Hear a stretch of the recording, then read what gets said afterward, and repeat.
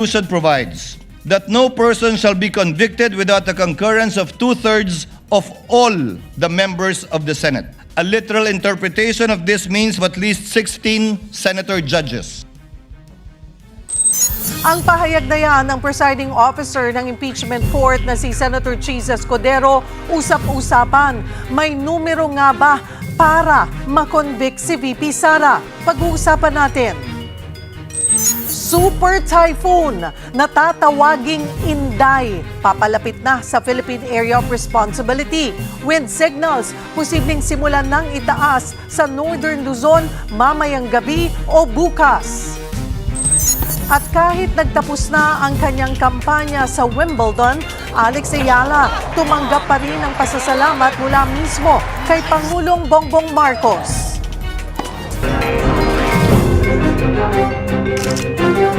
Magandang tanghali, Luzon, Visayas at Mindanao. Thank you for joining us. Good afternoon sa mga nanonood sa This has been my guide. Ang uting utang, kumikita sa mga utang, kumikita.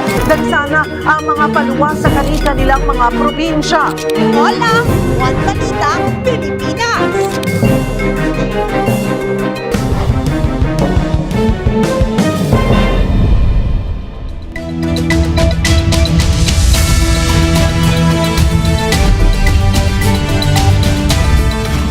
Magandang tanghali, Luzon, Visayas at Mindanao. Nakaantabay ngayon ang lahat sa Senado sa bali-balitang posibleng pagpunta doon ni Vice President Sara Duterte. Usap-usapan din ang kanyang pagdating matapos mamataan ang mga tauhan ng Vice Presidential Security and Protection Group sa Senate premises kanina. Pero paglilinaw ni Senate Sergeant at Arms Alfred Corpus, hindi pa kumpirmado kung dadalo nga ang bise. Kung sakali, nakahanda na raw ang sariling holding area ni VP Sara para sa posibleng pagdalo niya sa ikalawang araw ng kanyang impeachment trial ngayong araw. Simulan natin sa pagbisita nga ni Vice President Sara Duterte kay Senator Rodante Marcoleta sa PNP General Hospital kanina.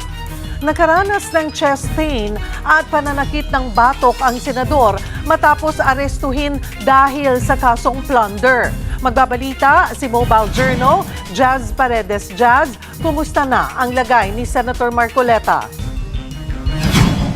Cheryl, sa ngayon, clinically stable na si Senador Rodante Marcoleta, ngunit fluctuating pa rin ang kanyang blood pressure.